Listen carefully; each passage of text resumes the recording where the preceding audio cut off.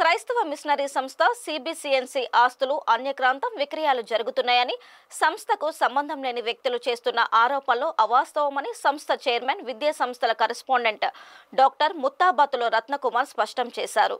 కాకినాడలో నిర్వహించిన మీడియా సమావేశంలో ఆయన సంస్థ వివరాలు వెల్లడించారు.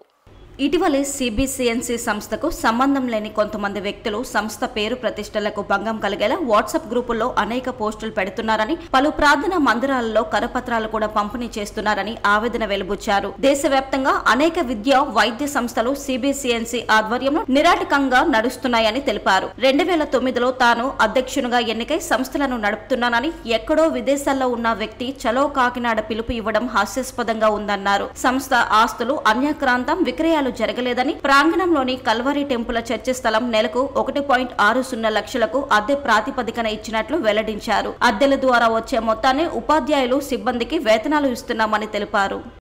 వాట్సాప్ గ్రూపుల్లో కొంతమంది సిబిసిఎన్సికి సంబంధం లేని వారు చలో కాకినాడ అని మరి రేపు ధర్నాకి ప్రయత్నం చేస్తున్నారని తెలిసింది. చర్చిస్లో పాంప్లెట్స్ పంచిపెట్టినట్టు తెలిసింది. ఆ విషయం మాకు తెలియగానే మరి అసలు ఎందుకు వాళ్ళకి సంబంధము లేనప్పటికీ ఎందుకు వాళ్ళు ఎలా చేస్తున్నారు అనేది మరి ప్రెస్ ద్వారా ప్రజలందరికీ తెలియాలి, నిజం తెలియాలి అని చెప్పేసి ఈరోజు ప్రెస్ మీట్ పెట్టడం జరిగింది. మరి కొంతమంది బాప్టిస్ట్ చర్చిలో ప్రెసిడెంట్ అని, అంటే 1998 ఐ థింక్ 2004 నుంచి ఇక్కడ ఆంధ్రప్రదేశ్లో లేకుండా ఎక్కడో దుబాయ్లో పనిచేసుకునే వారికి ఎటువంటి సంబంధం లేకపోయినప్పటికీ ఆయన చెలో కాకినాడ అని పిలుపునిచ్చి ఇక్కడ ఏదో అన్యాక్రాంతం జరిగిపోయింది, ఇక్కడ కల్వరి టెంపుల్కి అమ్మేశారు ఈ ప్రాపర్టీ అని చెప్పేసి తప్పుడు ప్రచారాలు చేస్తున్నారు. ఇది ముమ్మాటికి తప్పు. కేవలము మా స్కూల్స్లో, సిబిఎం స్కూల్స్లో 245 స్కూల్స్లో భాగమైనటువంటి కళాశాల స్కూల్కి కేవలము 2010 నుంచి 2023 వరకు కూడా మా సొంత డబ్బులతో ఎయిడెడ్ పోస్టులు లేకపోయినా, అలాగే ఎయిడెడ్ టీచర్స్ కానీ నాన్ టీచింగ్ కానీ లేకపోయినప్పటికీ నా సొంత డబ్బులతో రన్ చేసామని పాత్రికేయులు మీ అందరికీ తెలుసు. మరి ఇప్పుడు కూడా రన్ చేస్తున్నాం. మరి గతంలో సతీష్ కుమార్ అయ్య గారు మమ్మల్ని పిలిచినప్పుడు, వారు ఇక్కడికి వచ్చినప్పుడు ఒకటే చెప్పారు, మీరు 2014లో మాకు ఎఫ్సిఆర్ ద్వారా ఫండ్స్ ఆగిపోయినాయి, మాకు ఫండ్స్ లేని కారణంగా 245 స్కూల్స్ కూడా కుంటిపడుతున్నాయి.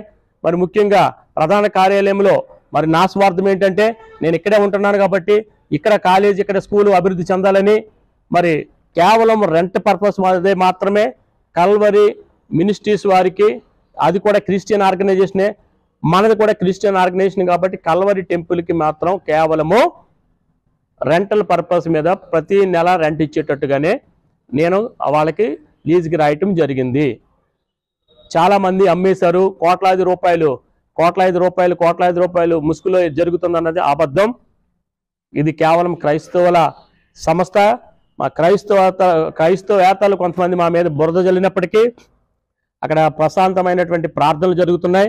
మా ప్రధాన కార్యాలయం పక్కన ఉన్నటువంటి ఈ యొక్క ఏదైతే కల్వరి టెంపుల్ ఉందో అది సక్రమైన కట్టడి. దాన్ని ఎవరూ కూడా అబ్జెక్షన్ పెట్టకూడదు. ఎందుకంటే ఆ టెంపుల్ వల్ల మా స్కూల్లో ఉన్నటువంటి టీచర్ కానీ, నాన్ టీచర్ కానీ వారు ఇస్తున్నటువంటి రెంట్ ద్వారా మేము ప్రయాణం చేస్తున్నామని మీడియా ద్వారా మీ అందరికీ నేను తెలియజేస్తున్నాను.